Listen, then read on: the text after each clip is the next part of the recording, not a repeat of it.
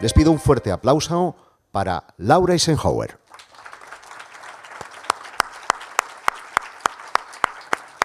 Welcome. You prefer here? Okay. Hello, everybody. It's such an honor to be here. People, I appreciate your support, and I support you as well. So my presentation is really about connecting the dots and looking at the larger picture, understanding our origins more and the route to some of this more difficult energy that we've been dealing with as far as this sort of targeting of the human race, these deeper control agendas, and also the presence of benevolent forces and beings that are here to assist us. And who are we amongst all of this? Well, I can tell you right now, they're all a part of us. We're multidimensional. And so I'm sort of inviting everyone to welcome an activation of sorts into your multidimensional nature and the integration of your higher and lower self, your masculine, your feminine energies, and your light and your dark, so that you can really feel the wholeness of all that you are. So, let's see here. We're in this very powerful window period. This is a window period known as Ascension, and I'm sure people have heard that word or are familiar with that word. Another way to put it is a stellar activation cycle. And there are natural cycles when the stargates open. And there's about 12 stargates on the planet, and then a 13th stargate that is actually inside the planet that relates to the mother energy. And this is a perfect location to experience this mother energy, as we see the Magdalene, the Joan of Arc, and the Ariadne, and many faces of the goddess in this land, in this location. And the number 13 is very significant to the feminine within men and women, because of course we all carry masculine and feminine energy. So when we think of stargates opening, it's something that we're opening up to as well within our own being. It's not just an event that occurs outside of us, it's about what we're initiating ourselves into, because we carry these ascension energies. We're made of that. And we have this deep connection with nature and Gaia, Mother Earth, Christ consciousness. And so it's sort of a co-creation, this ascension. And we're currently in this window. And basically, this window is between the years 2000 and 2017. And here we are, September 2017. It doesn't mean that the door closes after 2017. It's just this is a very peak time of people getting activated, people being open to the truth, and this time of disclosure, and moving out of the programming and some of the things that we have been sort of stuck in as a humanity for so many thousands of years. Andromeda has a galactic core that spirals and connects into our Milky Way galactic core during the ascension cycle. The galactic center and the Andromedan galactic core are intersecting. This is the original core of creation. Now, you're going to see a lot of slides that have quotes from either Keylontic Science, or I share a bit of Lisa Renee's work, because she is like a walk-in. She works with and is connected with the Guardians, which are related to the sphere beings that Corey Good talks about. And these are these founder groups that played a part in seeding the human race and creating this very planetary body that we live upon. And so when Andromeda and the Milky Way come together, it opens up our galactic chakras. We have chakras beyond our 7 chakras, and these galactic chakras hold the energies of the Hieros Gamos, the sacred union, the Christ Sophia. And so when we talk about extraterrestrials and where they exist on different dimensional levels, they're a part of this multidimensional body that we are. And calling them alien doesn't really make sense because they're actually really a part of who we are. So, our planet has come to the time of the promised return of Christ consciousness. And a lot of people project onto this window period that it's the second coming of Christ or this or that, or, you know, it's about contact with extraterrestrials and this and that. And yes, very much so, but not so much in the form of necessarily a figure or a group of extraterrestrials that are going to come and save humanity. It's about us awakening to our own personal Christ consciousness and expanding into more of all that we are, which brings along contact and relating to other beings and other races and this larger galactic family that we're all a part of. And sometimes when we think of the term Christ consciousness, we limit it to maybe a religion, but it's beyond that. It's who we are. It's our nature. It's about holding that integrity and holding that divine blueprint of that relationship with the goddess and the feminine and the earth. And so when we are in our Christ consciousness, we're activating that 13th gate within the planet because we're in union. And that union is played out in relationships sometimes. And we can see that sometimes we need to end certain relationships because it represents that old paradigm model of imbalance, patriarchy.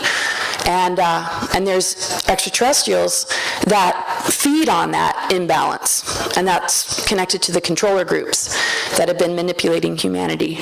And those are those lower entities that, you know, we need to be aware of. We don't need to fear it. We just need to understand it so that we can go through these initiations into a much more authentic experience.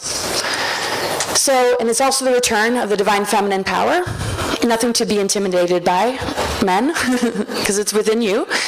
And I think sometimes we forget that regardless of what gender we were born into, it's really about coming to terms with that inner balance and embracing the fact that men carry a very strong divine feminine power, just as much as the feminine carries the Christ consciousness. They exist within as a divine template and they're returning through us. And certain key figures who have strong missions to access this within have been working for thousands of years to maintain the integrity of the organic ascension timeline. So many of us might feel you have a calling or a mission, or you've been strong on this path for maybe many lifetimes. And that's good because it holds space for others. Because imagine if there weren't people with missions and callings, we could easily get steered onto an artificial timeline and be very much more enslaved than we are already.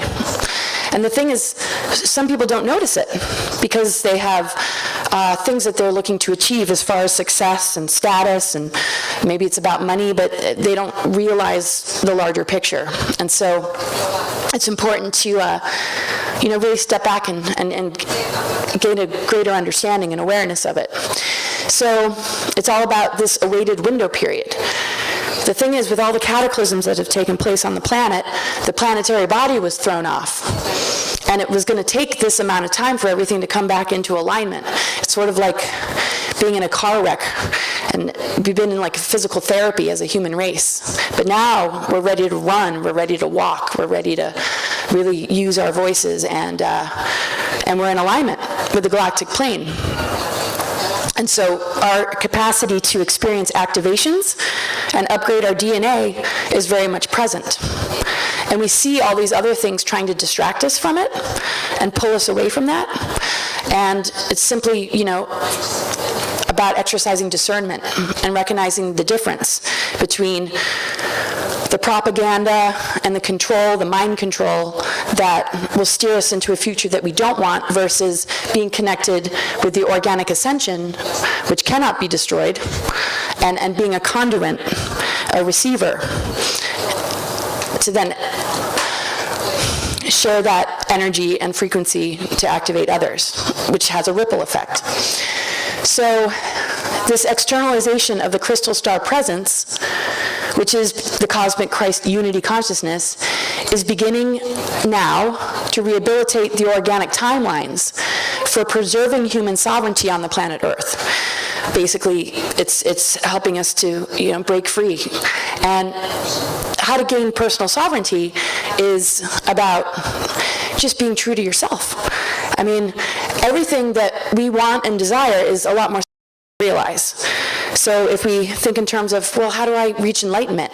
Well, you got to start with just being yourself, allowing yourself to just be where you're at, whether that's angry or sad. I mean, these are all very appropriate reactions to a world that is not being treated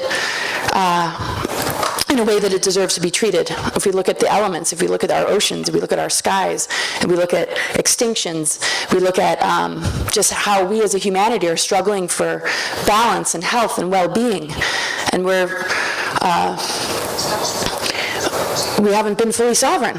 And so being true to yourself and recognizing the healer within and your own wisdom and your own connection to the earth and the regenerative power of nature is a good place to start.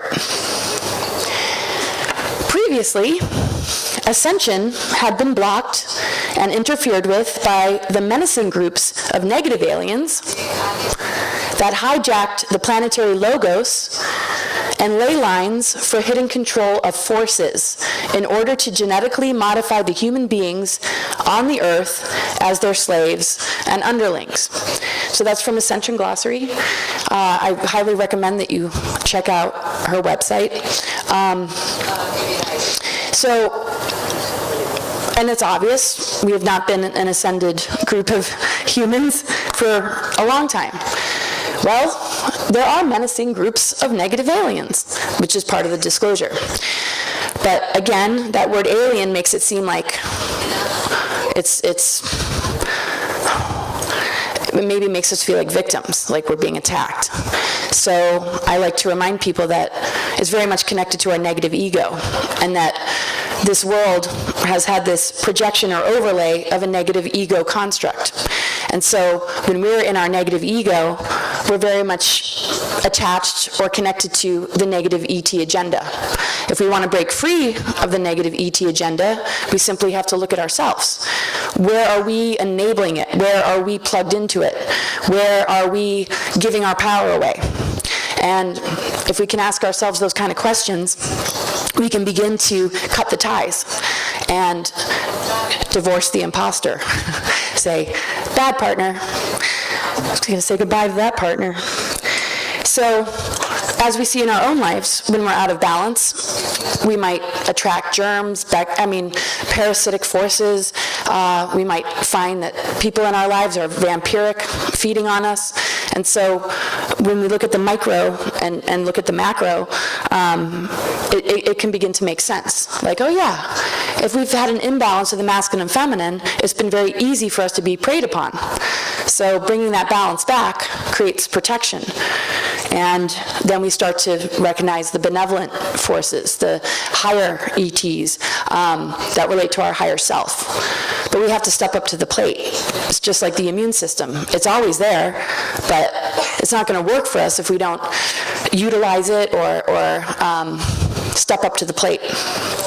Same with the benevolent ETs. They're there. God's source is there. Goddess, God, the Trinity. But we're not going to be able to work with it if we deny it and we turn our attention to the controllers and think that they're going to help us here. I mean, look at these presidents, and Eisenhower warned us about the military-industrial complex. He was a president not bent on power.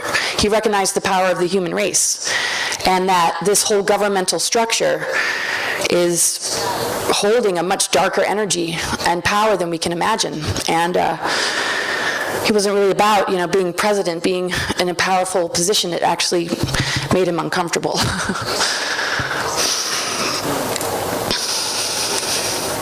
So the Melchizedeks are the genetic hosting race of the Earth's ascension cycle for the last 35,000 years. and they sort of turn patriarchal because of the programming. As of 2009 and 2012, our planet went beyond the Melchizedek universal field to prepare for the return of the 13th gate pillar of Mother Ark and the crystal star hosting, which comes in from Andromeda. So when we talked about Milky Way and Andromeda coming together, we have these beings from Andromeda that are a part of assisting the goddess energy in hosting the Ascension timeline. And it's an override frequency, which means it gains the upper hand. It has a higher frequency than these negative control groups or these patriarchal systems. And again, the goddess is within men and women. It's within this earth. It's cosmic. It's everything. It's everywhere. It's the mother. So when we look at the mother energy, think of darkness as the womb. That's where we birth, men and women both.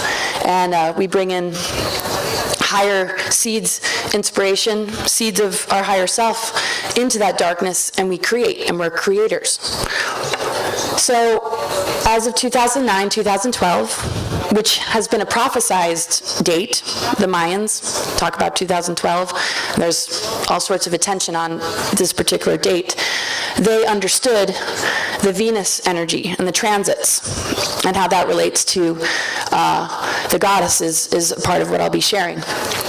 And so now that the Ascension timeline is in the hands of this power, which is actually the balance of the masculine and feminine. It's not just about the feminine, but it's about getting back in touch with the mother. I mean, how can a human race, or how can a baby thrive without the love of the mother?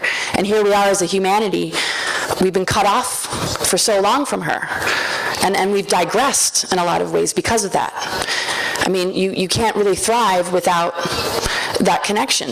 And so even if we have a difficult experience with our own biological mothers, we have this greater mother, and she's got our back. And this whole planetary body was created from her unconditional love, because she saw that souls were being hybridized and manipulated and led astray. And she came in to inhabit a planetary consciousness to help us to come home and to return home. And so now she's hosting this Ascension timeline, which means that the feminine within all men and women is hosting it. But we're not going to be able to stand in a grounded way with that energy if we're distracted by the controller groups that are really not wanting to lose their grips on us. They're doing all that they can to keep us stuck, to keep us trapped. And sorry guys, it was a nice try. I mean, my goodness, you sure put a lot of effort into it, but it didn't work. Here we are. And this is why an event like this is so amazing, because this is proof that each one of us did not fall for it. And we're in such a powerful location to celebrate this true disclosure, because we are the disclosure. We don't need to wait for the presidents and the governments, because they're not going to give it to us in the real way. They're going to probably give it to us in a way that serves them and still limits us. Yeah, they might admit there's extraterrestrials, but are they going to really help us to come to terms with what these agendas have been about, and all the secrecy connected to UFOs and underground bases and off-planet colonies and secret space programs? Well, they probably know that we're talking about this, so they're like, oh, what do we do? Like, how do we say that that's not really happening? Because we took the initiative, which is great. So kind of going back to our origins, the destruction of advanced civilizations and just the energy of sacred union caused Tara, dimensions 4, 5, and 6, to fall into dimensions 1, 2, and 3. And everything drastically changed. So we had the original Atlantis and Lemuria in a higher dimensional level, dimensions 4, 5, and 6. And sometimes the numbers get a little weird, like what's 4, 5, and 6? What's 3D? And well, if you think about it, a lot of us know that we've had more capacity, more abilities than we have today. We have starseed memories of being much more advanced. And a lot of people have memories of being in that higher harmonic universe called Tara. And that's where Tiamat existed. And if people have researched a bit about that, Tiamat is an asteroid, or excuse me, a planet that exploded, and it became the asteroid belt. And if you look at the names of a lot of these asteroids, they're archetypal names, like Vesta, Pallas Athene, this is the goddess of wisdom. You've got, Juno, which is Hera, Juno. You have all these mythological characters that are the names of these asteroids, including Chiron, the wounded healer, which is actually, well, I'll get into it later, actually related to the 13th gate. So, the destruction of advanced civilizations. We're talking reptilian invasion of the Lyran system, which was dimensions 10, 11, 12, and how that sort of played out with these galactic wars, the Orion Wars, and how it influenced the humans that were being seeded in that dimension. And that was part of how these higher advanced humans that were seeded started to lose their connection with Source, because then you start to have lower creator gods that are standing in the way, saying, no, I'm the God, blocking us from the 0 point energy, blocking us from our own direct connection with spirit. And so as souls started to get steered away and the imbalance of power started to really take hold, whoops, we just exploded a planet. And we all carry a piece of that trauma, because when you're on a planet that explodes, you become fragmented. And that's why we're all sort of splintered, and why unity consciousness is so important, because we all hold different pieces of that greater explosion. And we come together, we activate each other, we share codes, and we begin to rebuild that explosion, and we begin to return to those higher levels again. But it's very hard to when you're confused, you don't understand why you feel traumatized, or why your friends and family just might not understand maybe some of the deeper aspects that are calling you from within, that help to give you an open mind about this type of information. So, planet explodes, all of a sudden, well, we hear about the fall of the human race in certain mythologies and even religions. Well, this is sort of what happened. We sank into this lower harmonic universe, and this whole new earth started to become formed. And the mother energy was like, I'm going to go in there, and I'm going to occupy this new creation, so that, again, nature and the animals and the elements, earth, air, fire, water, that we're made of, this connection would help us to come home and heal from all of that. It impacted her, so we hear about the fallen Sophia, or we hear about Akamoth. Gnosticism talks about this, and the path of the divine feminine. She's always going into the underworld. We got the 7 steps of knowledge here at this location, which has to do with the 7 gates that relate to the underworld. And basically, there's 7 archonic rulers that manipulate our chakras. And so if we look at the mythology of Magdalene, or some of the stories, it talks about how these dark energies were cast from her. Well, that's not the whole story. It has to do with alchemy. It has to do with going through those different levels and meeting those gatekeepers and going into those places where you free yourself of that archonic control, and you find that divine wisdom, and you begin to elevate yourself. And so Venus is the archetype connected to this, which has played a role on a cosmic level, which I'll share in just a little bit. So both Tara and Tiamat, basically, we sort of collapsed. That higher world has sort of been rebuilt, and the bridge between the stargates here and those higher dimensions have been reconstructed because they were damaged. We separated from the 7 higher heavens and have been locked into this 7 chakra system and this patriarchy. And 7 chakras are great. It's not about, there's some that need to be maybe turned down, and some people say chakras are bad, you need to switch them off. It's like, well, they're energy centers. We don't really want to switch them off. We might want to turn the dial down on our survival chakra and start to move into greater awareness, which has to do with a little bit more trust. in ourselves, in nature, and true God source. But, you know, the seventh is the crown. It's powerful, but oh my gosh, there's actually an 8th and 9th, the 10th, 11th, the 12th chakra, 13th connects to the earth. And some people have already switched those things on, especially if you feel you kind of leave your body or you're in these higher states of awareness. You might be occupying your galactic chakras without knowing it. And you might feel like not very steady. But the work right now has to do with integrating that higher awareness into the physical. Because when the physical holds these energies and frequencies, it shifts reality, and we begin to see a different experience.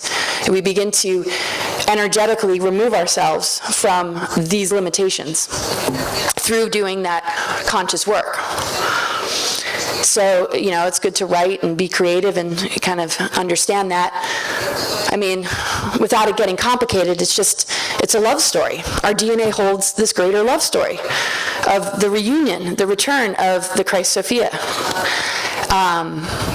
And because that's also within us, it's our capacity to say goodbye to the imbalance, to the imposters, to the vampires, and say, wait, I want a real experience here. And you don't need to find it, you need to discover it within. So as we separated, we were blocked from accessing the bridge to the rest of ourselves, and unity consciousness has been very difficult. Look at all these world wars. Look at our history. It's created to divide us so that we hold these resentments towards each other. Like, oh, your ancestor did this to my ancestors, and, you know, a lot of the programming about even racism. None of us are born racist. None of us even understand that. We're taught all of this, and convinced that, you know, going to war is how we win something. And there's a lot of noble people that have done that and played that role. But the war right now is really one within ourselves. And we need kind of radical forgiveness or some sort of capacity to let go for the roles that we were pushed into without having the education about the larger picture and what the root of these wars are even about. Because a lot of it's, there's a deeper design, and it's all meant to throw us off in this window period that we're in, because they all knew that we'd be in alignment during this window, and the best thing that they could do is scramble us, divide us, traumatize us, so that when the time comes for us to awaken, we're like, ETs, UFOs, you guys are crazy, because we didn't learn about it in school. Everybody, not everybody, but lots of people, they can't wrap their head around anything that a teacher didn't show them or their parents, you know? They were certainly comfortable with the concept of dinosaurs and all sorts of, because we learned it. But reptilians? So this is time to get, you know, a real education through doing the inner work, through having an open mind and exercising discernment, so that no matter what you're listening to, what journey does it take you on? What is your process? What do you want to take and what do you want to discard? Because that's all about the freedom that we need to step out of mind control, is to allow us, give ourselves the experience instead of just taking it all in and trying to figure out, is that truth or is it not truth? Your truth and your physical being will guide you. It'll tell you, no, that's too much. I'm going to have a boundary to that. Oh my gosh, I'll take that, and that's inspiring me, that's shifting me, that's helping me. And you're moving at a pace that works for you, and it's important that we all trust that. So with my presentations, I always say take what resonates and leave the rest. Just see what it triggers. When I pull my presentations together, I'm trying to find the closest energy to the truth that I can, though, and that's my intention, and I hold that intention when I put this stuff together. So we lost our 12-strand DNA energy when we sank. I mean, if we think about it, we're only really functioning at a couple strands.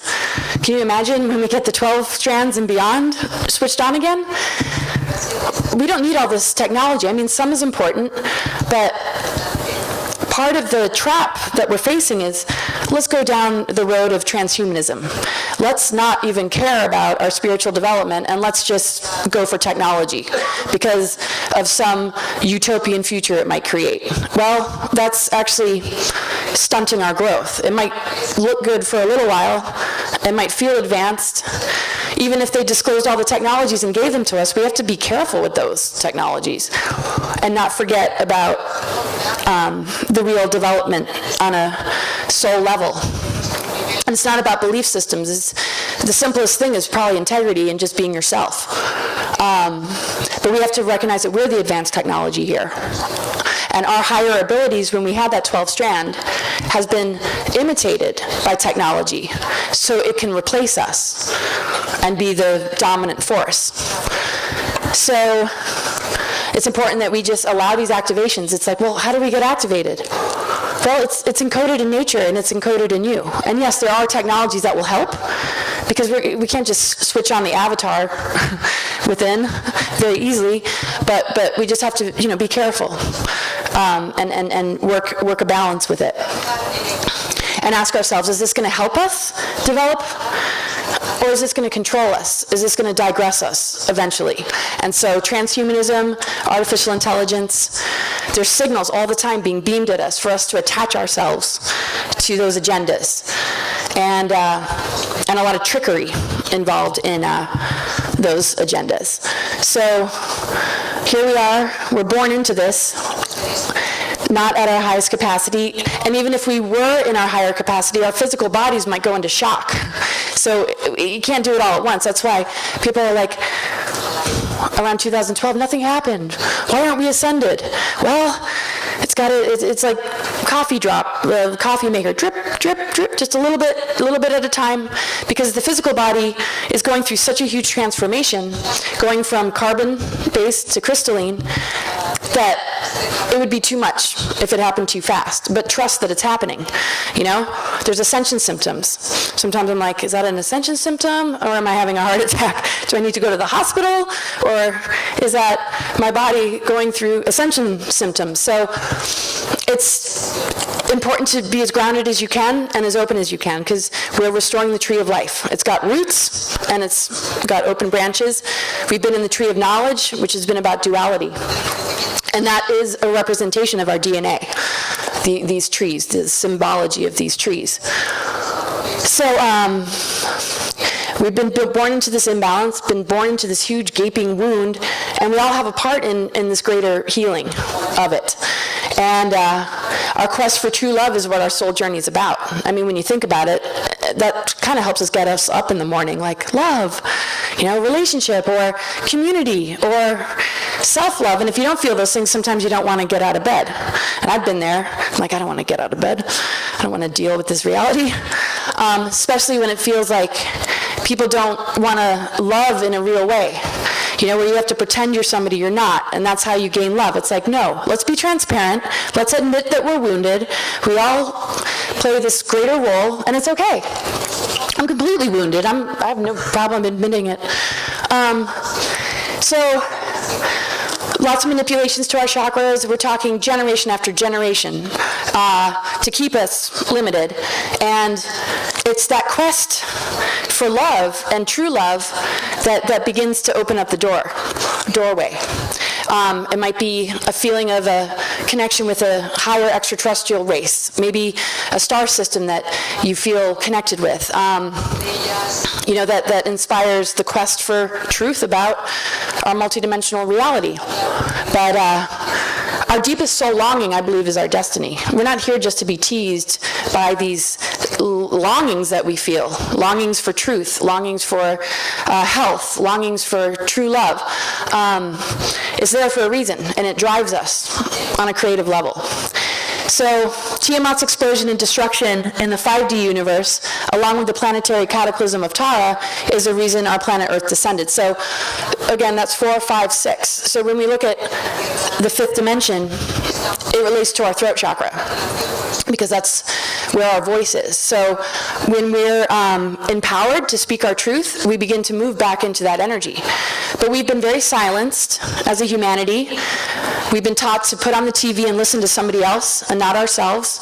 We've been taught to sort of emulate a programming instead of speaking the frequency of our truth. What do we really feel? What do we really want?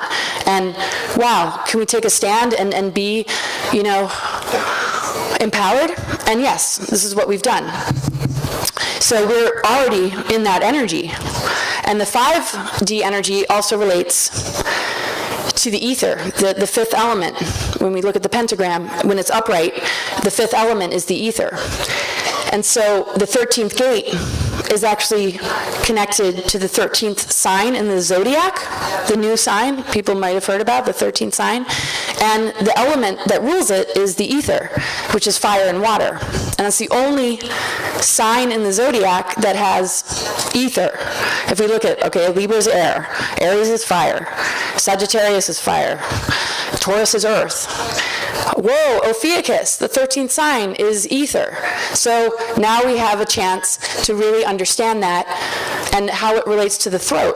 Okay, well, why is that our fifth chakra, fifth element? Okay, these numbers should be lining up here. It's about the power of our voices and how that creates alchemy and it shifts reality. And when we're in those higher dimensional energies, we were empowered like that. And we could access dimensions way beyond 4, 5, and 6. But our physical form was in that sort of dimensional energy of form. So as a new world was forming, the mother goddess energies morphed into the physical planet to offset what they had been trying to do to the human race. And even Gnosticism talks about it. The Nag Hammadi says that liquid plasma, mother energy force, morphed into the physical planet. Some of these texts have been altered to favor the patriarchal. As we see, we read stories, it's not very empowering for the feminine, if you've noticed. And it's like, who birthed you? Come on. And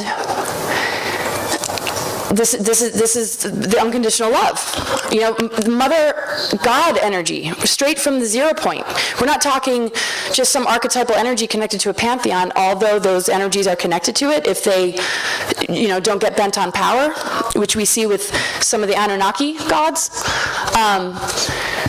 But this is an energy that connects to the 0 point. It's not even about it's androgynous actually. And the 0 point energy and the neutron window is connected to 13, which is inside of our Earth. So when we activate that Stargate, we begin to move into that, and that is where we connect with the 7 heavens again, of Andromeda Galaxy coming together with Milky Way, and all of a sudden we're having a completely different experience. So she morphed into the physical planet because there's 2 exploded planets, Maldek and Tiamat, but Maldek's a whole nother story. Galactic wars, hybridization of incarnate souls to steer them away from true source and the mother. So a 13-dimensional monadic core, which is called Mother Arc, connects us back to the Godhead. So nature really does connect us back. And it doesn't mean like, I mean, nature's pretty brutal, but it's the whole ecosystem. It's the elements. It's the medicine that animals bring us, and the symbolism of it that exists in our soul.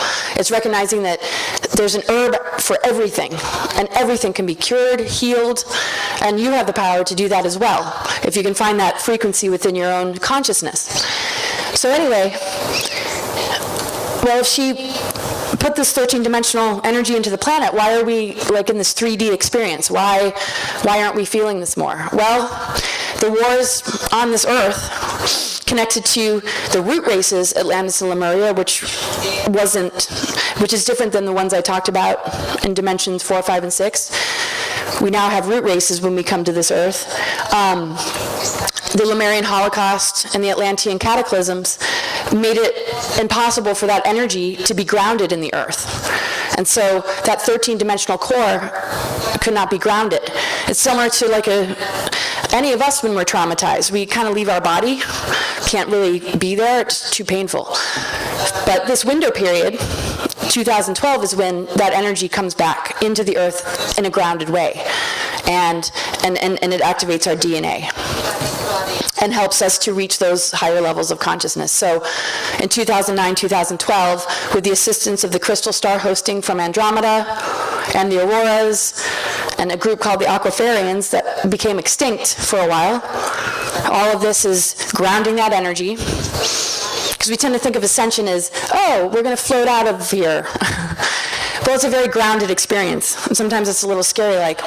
But there's a bifurcation happening where those that don't understand it or don't want it, they'll have their own experience with the artificial, and we'll have this authentic experience and move into more of a ascended mastery kind of energy versus a digression into something that is experienced a high level of intellect but lost sort of the soul and the heart. And we see those in certain extraterrestrial groups because they all represent different potentials.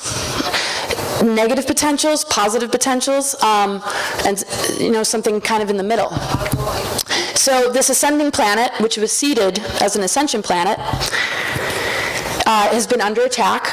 We see our skies being sprayed. We see nuclear energy on fault lines so that, okay, there's an earthquake, great idea. Now our waters are radiated. We see extinction. We see just the land stripped and the mother energy being used, and we see a human race that is not very healthy, struggling with mental issues, emotional issues, physical issues, and that's okay. It's a teacher. It helps us to return home if we can recognize the blessing in the adversity and recognize that there's a deeper message, that everything adverse and everything that feels like a problem is guiding us towards a greater solution if we can just avoid the matrix program, which manipulates our vulnerability and our fear about it. So, I mean, we all go through what we go through to get to the other side. And we keep coming back. I mean, unless somebody really doesn't believe in reincarnation, that's okay. But why do we keep coming back? Because we're here to become masters. We're here to return to our mastery self, our avatar consciousness. And it's an identity crisis. It might be easier for controlling people to come along and maybe manipulate. But the thing is, we don't need to save this planet. She's showing us where we're going wrong by being willing to hold space in this dimension and be attacked. But now that we're waking up, it's like, she's like, okay, I can come in now. I was waiting. She's multidimensional. Okay, so other beings from other universes have come to assist because that whole intervention thing, us being, attacked sort of invited this need, even though they didn't want to interfere, to create an intervention. Because there used to be serious laws put in place that you don't interfere with the humans. But because the dark entities came in and attacked, it's like we can't just leave them alone. So lots of higher benevolent groups have their attention on this. They also know what this planetary body is made of, that it's not your typical planet. Normally, we wouldn't have this intervention of even like a mother goddess from the Trinity itself, from source energy, from 0 point energy come in. So yes, there are goddess energies that are archetypes and they're expressions of it, but this is really like a neutral androgynous energy that, the reason the mother energy, the reason there's a feminine imprint on it is because of the whole process of birth. But it can't happen without the seeds of the Christ consciousness. So again, every time I mention the feminine or goddess energy, it's with the masculine. Just like us, we have both. But it's been hidden. It's been it hasn't been empowered. So there's a tension on it right now until things even out a little bit. Hello. The new creation meant that humans would have to undergo a slow evolution to reassemble DNA and clean up their mess to be allowed access to their cosmic families again. So again, if you're experiencing contact, if you have relations with higher benevolent extraterrestrials, you know, you're ready. You're ready. I mean, your DNA is like, yeah, you've cleaned up something. And sometimes, you know, we have experiences of guidance to give us an idea of, well, what is it that we need to clean up? You know, people talk about their guides, people, you know, have stories. And, you know, then there's abduction. And that has a lot to do with getting genetic information and material in order to heal the digression of choosing things like transhumanism. And so then we go into time travel and how to sort of harvest energies to make up for some of those choices. But again, I mean, there's such a larger picture that it's not all this or all that. There's you know, different types of beings within all these, different types of energies within all these races, just like the human race.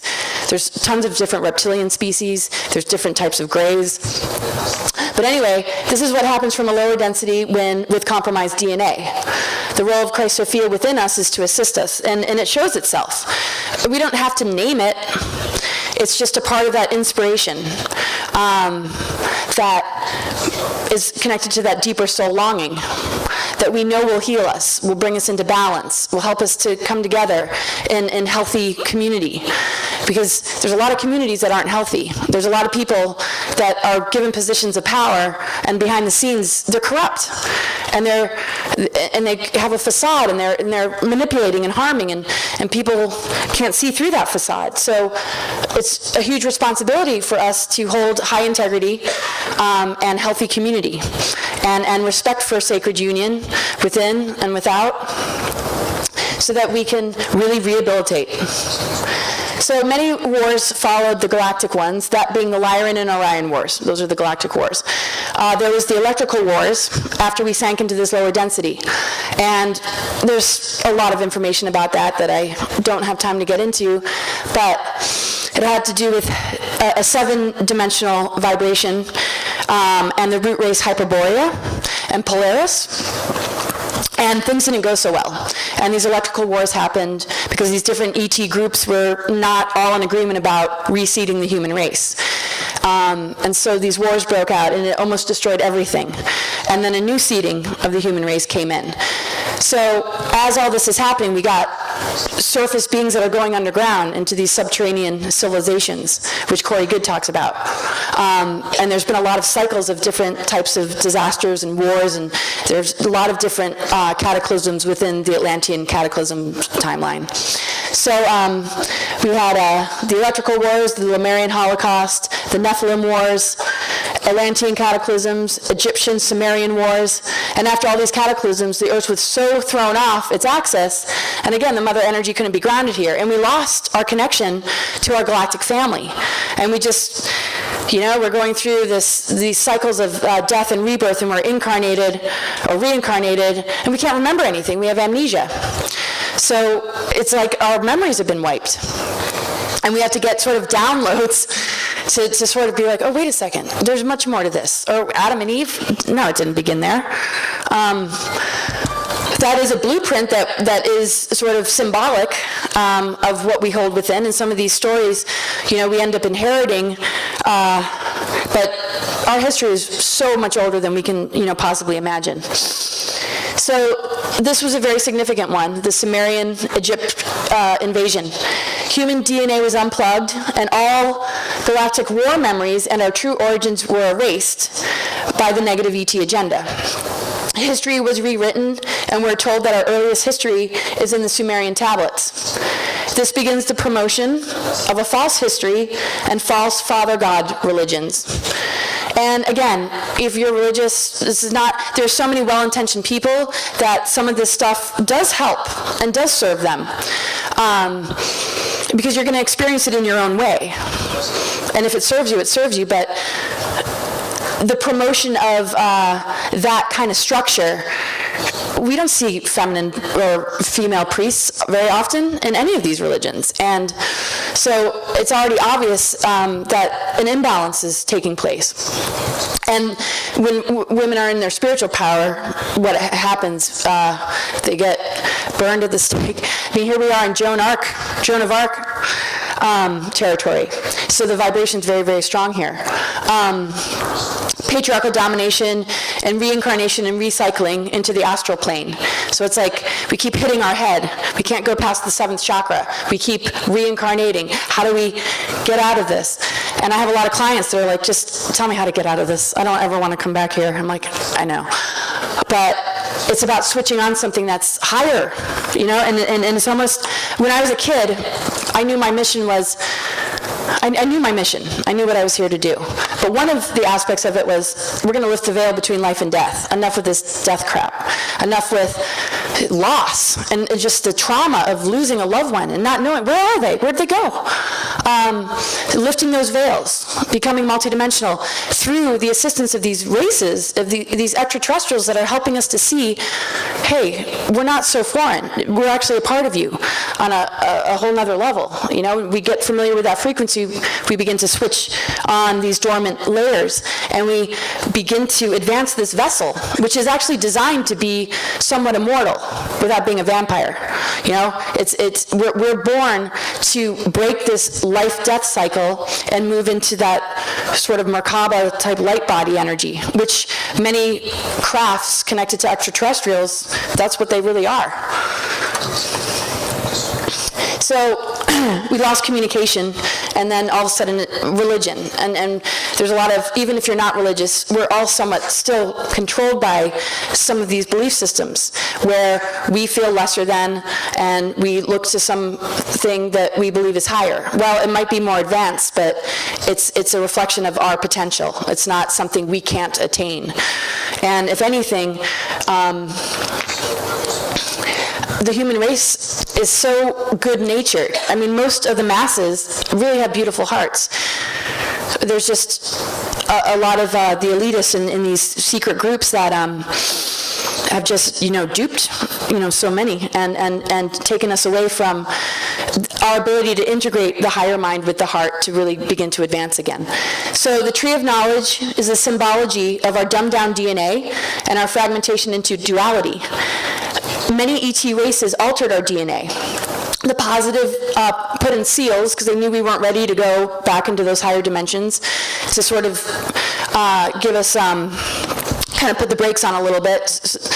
And the not so positive put in frequency fences. And when we hear about implants and you know, things that are stunting our growth, it's connected to something a little bit more negative versus maybe having seals put in order to kind of unlock the door when you're ready to something greater. You know, our DNA it's been nearly impossible to be able to switch anything on until now. After the Anunnaki invaded, we were now in the hands of these lower creator gods and these pantheon energies with their internal power struggles. So we forget about the unconditional love of source, or even like some of these theories end up being more science, like 0 point. Okay, well, okay, that's a theory or that's science, but we inherit that. I mean, look at these pantheons. You got Hades, you got some dark character, and you've got like the feminine who keeps going into the underworld or dragged down there like Persephone, and just these weird dynamics between gods and goddesses. And we inherit some of those dynamics because those are powerful archetypes. But if we kind of come into balance and recognize that all those archetypes exist within, and we choose the ones that we want to empower to set the other ones straight, then we've actually healed these dramas and we influence them. So, you know, when we look outside of ourselves, like, oh, Lucifer and this, we have to know that it's all part of our soul architecture. And that we need to come to terms with harmonizing all these different energies within in order to send out a frequency that will rebuild our humanity and help us to ground into the organic ascension timelines. So then we got the demiurge. I see it as relating to the ionosphere, the morphogenetic field that the dark agendas are poisoning. So they poison it through mind control, through creating these disasters, harvesting, siphoning energy to basically turn us into weapons against each other and ourselves, utilizing nature and the elements of nature and weaponizing that too. So when we see natural disasters, people might question, is that natural? Is that HARP? Is it being induced? And the reason I didn't go to Mars, I was recruited to go to Mars in 2006, because I knew that the warnings about the catastrophes that were going to happen weren't natural. And this was before I had the kind of knowledge I have now about those technologies. I just knew Mother Earth doesn't need us to evacuate, and if only a small group are going to go, what about everybody else? And nobody's telling. And they're taking your tax dollars? I don't think so. Not cool. So, it didn't make any sense to me. Yes, there are natural disasters, but Mother Earth loves her children. She's not going to blast a city. She's going to take it out in the middle of the ocean and just do her thing, or shake things up a little bit here and there. But these technologies steer them into populations. They enhance them so that they're way worse than they might have been. So it feels threatening, but when we get in touch with our own inner elements and we harness our creative powers and we work with Mother Earth, those things begin to neutralize, because those weapons wouldn't exist unless they were feeding on something, taking our energy. And so again, it helps us to see where we're going wrong. Are we giving our power away? Are we believing in a apocalyptic or Armageddon type future? And it's just a matter of saying, no, that's not my timeline. And you just devote yourself to what's truly organic and real, and you begin to notice these things don't have a grip on you anymore. So along the way, it's like, why don't we learn any of this in school? I mean, who talks about soul alchemy, or where are all those hidden teachings from masters or people who really understood truth? Well, there was an aggressive campaign to target and kill the original Christ Templars in an attempt to extinguish all records of the Essenes, Law of One, the Christ Sophia, and the Mother Ark, which is that 13th gate, as the Holy Spirit, and the female principle's equal role to access Christ consciousness as the true wisdom and spiritual knowledge of our universe. So it was all wiped. The teachings, the beings that were really holding that energy and knowledge, it all got wiped. But you can't kill it. The thing is, we're so beyond this physical. You can't destroy consciousness. You can block it. You can distract yourself from it, but so again, in 2009, the Mother Ark was reignited in the Earth core and in many Mother Ark hub gates on the surface of the Earth. We now have access to our Mother of God, the holder of the founder Aqua Blue Ray, and beyond into the cosmic ether that opens the 13th gate into the neutron window, which connects us to the Aurora and Crystal Star, which is a part of Andromeda. So that's kind of a mouthful, right? Like, what? When we talk about Blu-ray beings or sphere beings, Corey talks about the blue avians. They're connected to the founder Aqua Blue Ray. And there's the supporters of the mother energy. So when we are dealing with these very benevolent extraterrestrials, they're very much a part of the frequency of that Trinity energy, because there's founder races, higher extraterrestrial guardians and founder races that help to create humans and life. And but they, it all comes from source. We all come from source. So each of the dragon lines are woven into primarily 12 main sections comprising the world grid. So the dragon energy is a big one as far as being a powerful guardian creator group. There's lots of different types of dragon energy. If you look at the reptilian energy, it's like a lower octave of that, serpentine energy. And so when we look at how do we relate to the dragon lines, we all have Kundalini.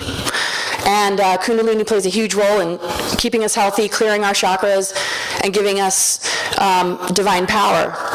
And it's connected to the grids. So Kundalini activation can happen when you're really connecting to the earth. So over the last year, more dragon lines were created to reflect the changing zodiac patterns interacting with the earth grid. And this is during Ophiuchus. This interfaces directly with our DNA. To have the 13th sign come in means the 13th gate is being activated and is truly the return of the mother force. And I believe the sphere beings, the alliances, are connected to this. Okay, so Ophiuchus. Alchemical theme is unification and wound healing, and its element is water ether. So again, we have the opportunity to experience alchemy because the sun didn't go through Ophiuchus until 2010. So if everybody's thinking, well, geez, what is my sign if there's a 13th sign? Don't worry about it. It's only the kids born after 2010 that we want to count that date. If you have a child anytime soon between November 30th to December 17th, it's a good idea to say, oh, so you're Ophiuchus. But all of us, you know, that were born before 2010, we can stay what we are. And we can let go of it too. I mean, I'm an astrologer, but my goal is to help free people of the wheel, because that's the whole point of the wheel. It's a map. And it gives us information and clues about how to exit the wheel that we've been spinning on and reincarnating on. The planet associated with this sign, because every planet, you know, Libra is Venus, Taurus is Venus, Aries is Mars, Sagittarius is Jupiter. Well, every sign has a planet connected to it. This one doesn't. It has an asteroid, and that asteroid is Chiron, the wounded healer. So, okay, if we're going to be a part of this greater activation of the 13th gate, we need to face our wounds. We need to understand where we're wounded and not mask it or act out or pretend it's not there. So for us to really experience this shift into this greater alchemy, we need to look at our wounds and be okay talking about it with each other. Or else it gets buried, or we think we're not going to be loved and accepted, and that's just not the case. And if it is the case, there's 7 billion people on the planet. You can say goodbye to those folks. They don't belong in your life. So this phase is the solar alignment with the cosmic ether, which is at the core of the galactic center, which represents the pouring of healing spiritual waters into the earth and humanity from Mother God. So, I mean, that's what this is all about. Previously, these waters were corrupted by entrapping the mother principle and gold ray seraphim. The seraphim are an angelic group that became fallen, and it actually connects with Quetzalcoatl. And so previously these waters were corrupted by entrapping the mother principle and gold ray seraphim on earth by the knowledge-coveting serpent. Hence, this is also the symbol for the fallen angel. This is why this constellation is both ruled by the golden eagle spirit and the snake.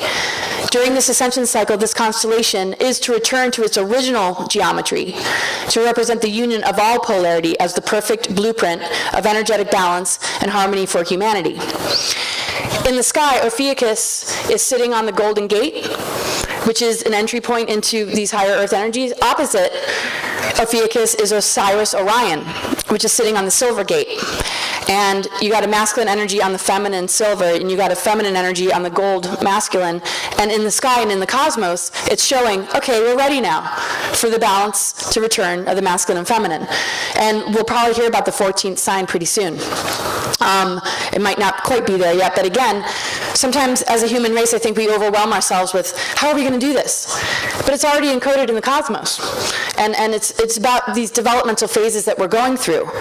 But when you're targeted, when there's interference, it slows it down, it makes it frustrating and not so easy. But on a cosmic and earthly level, it's all happening.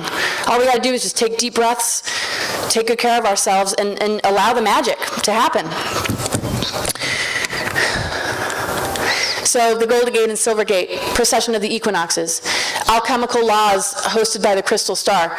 And again, hosted meaning that we're returning to an awareness of what alchemy really is, so that we can move from this carbon-based to crystalline, so that we can really metamorphosize into a whole new level of being human.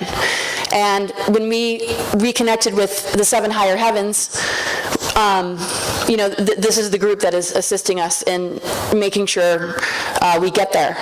So we are moving through specific laws of alchemy located in the Ophiuchus constellation activation. The quality of silver-gold frequency is being transmitted to our sun and planetary body for the first time. And again, I just said that about the masculine and feminine. These activations will heal us from the programmings and distortions and the invaders that came in as parasites, feeding on our imbalance. So the precession of the equinoxes describes the mechanics of the ascension cycle. So again, it's a part of, you know, this, I mean, it's all encoded in the cosmos, this healing, coming back into alignment, returning to our mother. We are now in a cycle of change, where the vibration of this world is increasing and helping us to shift out of this lower dense physicality, moving us into higher earth energies, and our DNA strands that have been dormant have the potential to turn back on. And again, if you're feeling like, I'm not feeling so well, and what if I can't switch it on? And don't even worry about the physical. Your consciousness will get there. The physical, it's a completely different vibration, but it'll catch up. And even if the physical doesn't make it, it doesn't matter. People are ascending all the time, even if they lose the physical, because we're beyond the physical. So the shift is within us. These energies are more available and easier for us to awaken to in these times, and the geophysics of the planet is such where the natural stargates are opening, and our DNA is directly linked to the stargates, directly linked. Our whole energy body and the you know, Chinese medicine that understands meridians and your energy, it's a replica of the true Gaia matrix. So our galactic chakras are connected with the multidimensional creation. So when we're in like dimensions 7, 8, and 9, we're actually in a whole different harmonic universe. And the earth will change because we project a different frequency and reality. The controller agendas seek to shut it all down, though, and so we have to understand what is being targeted in order to disable it and counteract it. Well, relationships get targeted. Our ability to come together in balance, in unity, all that's been targeted. So it's pretty obvious what's been targeted. And the Earth has been targeted because they know that this planet is here to steer us home. So they attack Mother Earth, and they abuse Mother Earth as much as they can so that it makes it very difficult. And religions, certain religions and groups demonize our connection with or distort our connection with the mother so that we can't get these activations. So we're in a 15-dimensional time matrix as far as what my research has shown. I've done a lot of research on this. And harmonic universe 1 is Eartha, dimensions 1, 2, and 3. Harmonic universe 2 is Tara, dimensions 4, 5, and 6. And again, dimensions 4, 5, and 6 sank into 1, 2, and 3. So if we look at dimensions 1 to 12, that's our DNA. And it holds all these different earth energies. So if we're having a 3D experience, then we're in this sort of lower density. If we're feeling into our 5th chakra and understanding alchemy and starting to progress, we start to shift our world. So these are harmonic universes. This is big stuff, but that's also our DNA. And as we sank into this lower density, and it created this duality that we see with the symbolism of the tree of knowledge, we are able to restore it to the tree of life when we don't stay limited, and we begin to see the building blocks to get our 12 strands turned on again, which leads to 24 and then 48. And there are even names for it, the diamond sun body. And that's, you know, when we're very advanced. So 3D Earth is called Earth, 5D Earth is called Tara, 7D Earth is called Gaia. They are future and past Earths, and they exist in our multidimensional body. So, but this is a 13-dimensional planet. That's the potential. So all of a sudden you go past 12, which is the completion of Christ consciousness, and then you connect with the 13, which means you're connected with Mother Earth. Then all of a sudden, you're embodying your divine template. And you can come and go from the physical as you please. You can go into these 7 higher heavens. You are relating to the Andromeda and Milky Way coming together again. Because look at it like a relationship that broke up because of how other people were using the energy. And they split. They're actually in our chakras. And they're actually a part of the Earth grids. Stargate 8 and 9 are Milky Way and Andromeda. And it relates to Tibet and some other locations. So they are all planet Earth at different stages of evolution in the timelines. It connects with our DNA and the stargates on Earth. So if you have somebody vibrating at dimensions 1, 2, and 3 that meets somebody vibrating at 10, 11, 12, you're kind of helping each other. You might help ground the person that's all the way up here, and you might help elevate the person that's all the way down there. And that's why unity consciousness is important, because when we sank into this lower density and we had compromised DNA, we had 7 root races that we all carried bits of, and the whole process was about us coming together to activate each other, to rebuild our DNA. And we need each other for that. And that's why sometimes we have a conversation with somebody like, man, that person just activated me. Or, you know, I feel different now because, you know, I had a conversation with this person. Or, okay. As most humans are asleep in matter, the collective world soul and its collective manifestation body descended into the pit. Those who go into the underworlds are working to awaken all aspects of the unconscious self. And this heals DNA, and we win the war within. So I'm sure we all kind of have in common experiences where we feel like we're in the underworld. I'm there all the time, and I'm kind of getting tired of it. There's not a whole lot of assistance when you're down there. And the whole reason is because you're supposed to find your own inner light. You know, sometimes we're left sort of on our own and we feel sort of stranded, but that's where the element of the crone comes in, you know, the hermit, being able to carry a lantern in the darkness, having the wisdom to be able to navigate in the wilderness of the unconscious self, which, you know, we do a lot of things that we say and a lot of actions that we take in life sometimes are about our unconscious self. So when we can shine light on our unconscious self, we can begin to say, oh, wait a second, I can change this. And then we recognize our unconscious self is our multidimensional energy that we have not been very familiar with. And then we're thrown into the underworld to give us the opportunity to remember. And so many ETs recognized what was happening to humanity. They took advantage of us with dark technology in order to accelerate the digression and enslavement of sleeping humanity. So, and that's why we've been taught to fear the dark, because there's all sorts of things hiding in the dark, demons, dark technology. Well, most don't know about the dark technologies, but the thing is we have to go into the dark to reclaim our power, and we have to work on being whole so that we're not being manipulated. And so we can look at the dark like it's soil. You know, it's the womb. It takes seeds and it grows life, and not be in fear of it. And the and it wasn't until a couple years later that a website came out and pretty much validated everything that I thought. They are gang stalkers. They have psychotronic weaponry. They do MyLabs, and they're a part of this agenda to create New World Order, where only some go off to Mars, and God only knows what they do with them there, and the whole human race is compromised by these select groups that pull in people that they think that they can use. They just wanted to use me. So they presented it like it was a positive thing. And even my partner thought he was doing something great for humanity. So I researched, and finally I was able to connect their names with certain stories and experiences that people had that kind of busted them. But you couldn't find this stuff just Googling around. I mean, it took me 2 weeks to really get to the bottom of it by reading a story by Benowitz. Paul Benowitz, I believe his name was. People might have heard of him. And he mentioned the handler of my partner's name. And when I was hearing words like handler, I'm like, handler? I'm like, didn't I see that in a movie? They're like, you can have a handler. We have a handler for you. I'm like, I don't want a handler. No, thank you. So I was like, I got to get out of this. I got to get away from this. And they're like, well, we're going to take you anyway. And he said, they're going to kidnap you. But I was able to get out of it. And once I started publicly talking about it, it actually protected me. They're like, oh no, we can't do anything now because she just blew the whistle on us.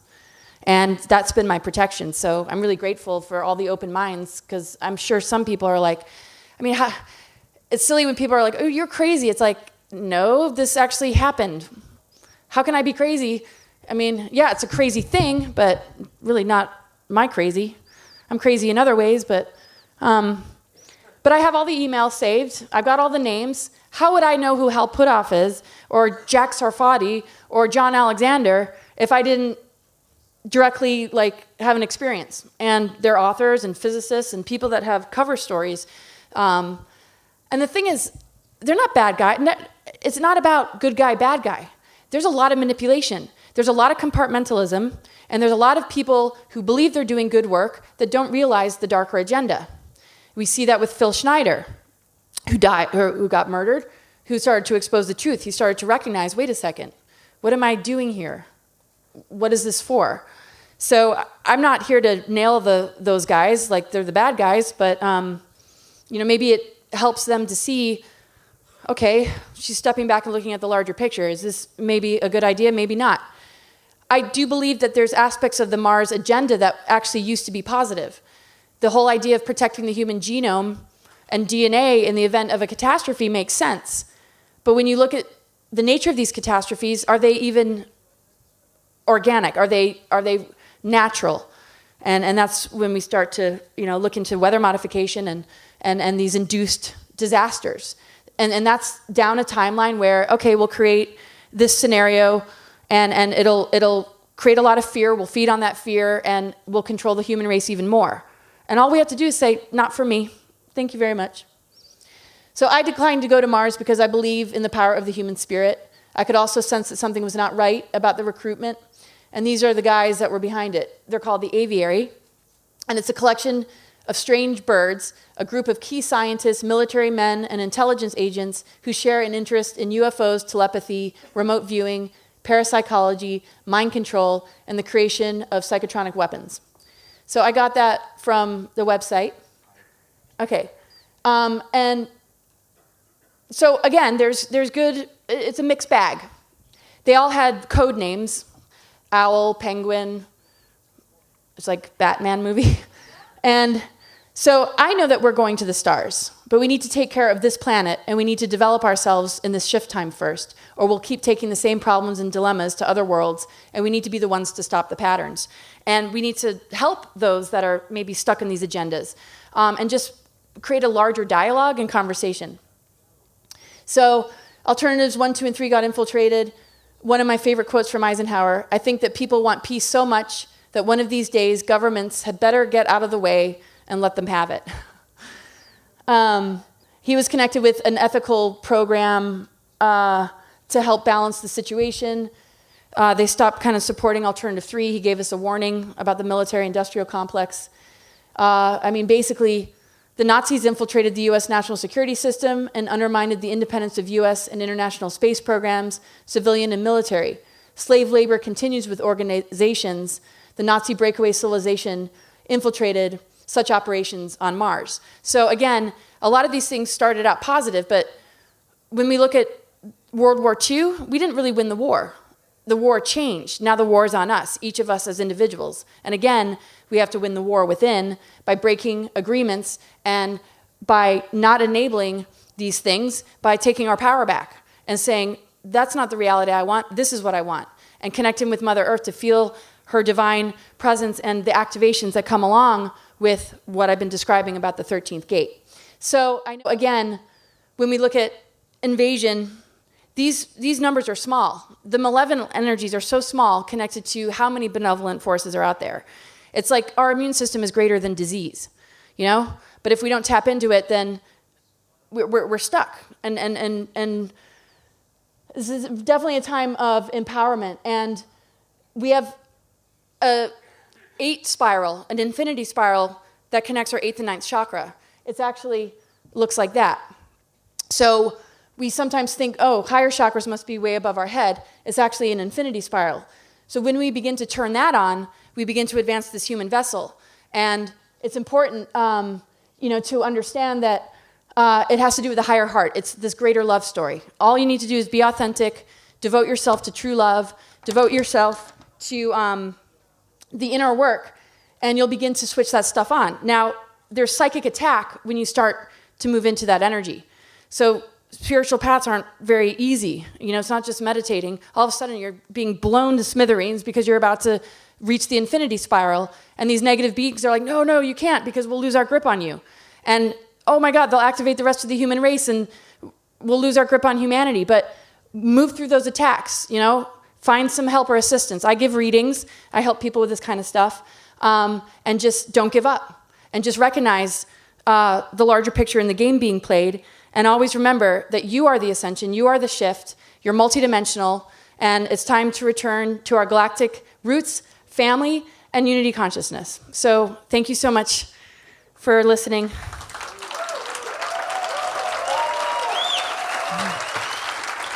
Who is it? And they say, we come from Mars. This is from where? Who comes? This is very difficult to translate. So, questions, Q&A. Let's see the mics. Can you please stand up? I wanted to meet you, and I wanted to ask you a question. What are the Anunnakis for you? Gods or invaders? And if they are invaders, do you think they can here to pervert us? There are many factions. Considered gods because of the power that they hold, but there is an invasive faction that's actually considered Luciferian. And should I let you translate that? Oh, right. So the darker elements, I mean, when we think of invasion, it's where power is being misused, where you choose to use your power to manipulate. And, stand up, please. Levántate. Stand up, please. I wanted to ask or clarify some ideas related to the woman and the importance of women in the new form that we have of evolution. I wanted to say that I think that we are women are the ones that we are biological portal, multidimensional portals. The feminine energy, it's the power of initiating us into this whole other experience through the energy of intuition, nurturing, love. The mother force naturally cares about children, about others. It's built into a mother to have that instinct for her own child, so you put more women in power, they're going to have that instinct for humanity. The negative ego constructs of patriarchy have been very selfish. So, and this isn't about necessarily the female gender, this is about the feminine within men too, that they can allow themselves to be more vulnerable, more emotional, more tapped into the true divine essence of the feminine versus the program version that keeps us in a lot of pain and misery without actually realizing it. So, and you know, women are stepping into sort of a masculine warrior type thing, but not necessarily in a negative ego way. But there are patriarchal women just as much as men. I mean, it's a programming. So, and again, the 13th gate, which is connected to the feminine, is a stargate. And when we adopt a Christ consciousness who honors the feminine, you know, we see Yeshua and Mary Magdalene, then our Christ consciousness connects us more deeply with the earth, which is what the goddess archetype represents, and all of a sudden the portals open and we upgrade our DNA, recognizing that our DNA is made of this greater love story. A deep, deep wound of feeling like the mother's lost her children are rebelling, or they don't see her anymore. And that sorrow has been a driving principle behind the feminine coming back into power and refusing to be controlled anymore. Tenemos allí una pregunta. I thought more about real portals. We are the ones that bring the beings to the world. They come through us from a dimension to another one through our wound. It's not a power. It's that we use our body physically. We are not a portal like Zen. We are not a portal, a physical portal like Iraq doors. We are, our bodies are the portals. The beings come through us. The children, the new children.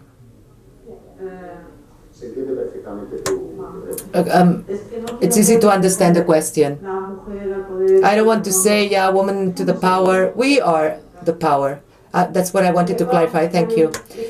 Gracias. Es el nacimiento de poder, es la conexión. In our own inner masculine and feminine, we're constantly birthing and creating, no matter what gender we are, ideas and concepts. And this is the whole thing with conspiracy, is putting out the propaganda, putting out the instruction set for us to glom onto or adopt a belief about, where it infects us and we're birthing exactly what we don't want.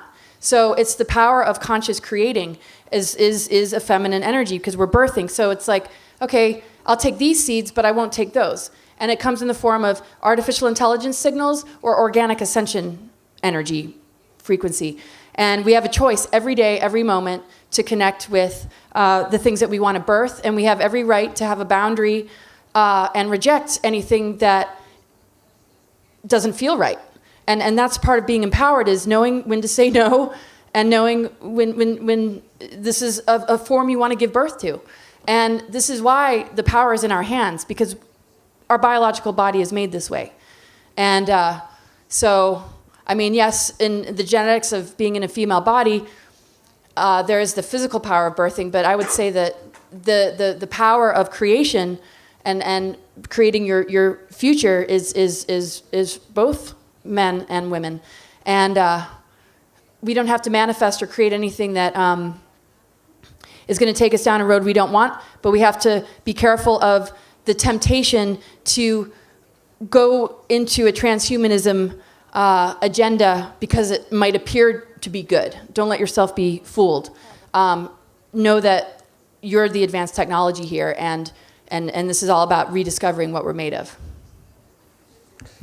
Hello. The last question. Said about disclosure, that we don't need to rely on governments and media for disclosure, that we are disclosure and it's within each one of us. So my question for you is, how can we help the masses, millions and billions of people that still rely on media and governments to know their truth? So how can we help them? Well, I mean, everybody's different or at a different stage, and you almost have to be kind of a chameleon and sort of assess where maybe somebody's at. It might be a family member, a friend, or it might be people that you just recognize are being led astray. And it's really about planting seeds and just sharing information, but keeping your frequency in a space of compassion and unity, because sometimes, you know, a lot of frustration can set in. The thing is, people sort of time their own awakening process, and we're all at different stages. I mean, as an astrologer, I notice people create certain life events to shake them up so that they open themselves up to the truth. There's synchronicities connected to, okay, well, you're manifesting in front of them, you've got information, and there's a reason you two are coming together. And it's just with the highest of integrity, just do your best to, you know, plant seeds, because the thing is, it might not hit them until maybe a year or maybe a couple weeks, but the fact is now they're gonna notice it more. And their third eye is gonna be drawn or attracted to something that will convince them more of what you shared. But just plant the seed and allow that process. And all of us have that responsibility of sending out seeds, sending out you know, a high frequency to, you know, help activate them into a greater alignment with truth, which will attract them to the information that is not based in lies. So the body is very conditioned to be able to accept that those distortions.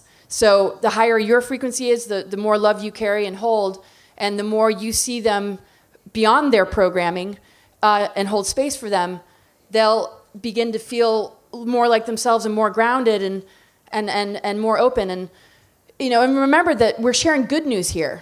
It's not about, we don't need to come from a place of holding any other intention. This is all good news. This is about our liberation. This is about saying goodbye to something that has greatly harmed us and setting ourselves free and becoming sovereign. So, you know, have positive energy about it. And, oh my gosh, there's a whole hidden history you wouldn't even believe. But yeah, just plant seeds and, you know, write articles. It's great to just send a link to somebody and have it all there in one shot, or, you know, have email threads where you share other people's videos that you resonate with that seem to have, you know, a good message. But again, people have their own stages, and for the most part, many humans will manifest the wake-up call when the time is right. And you might be their wake-up call. Thank you very much, Laura. Muchas gracias, Laura. Congratulations. Thank you. Great applause.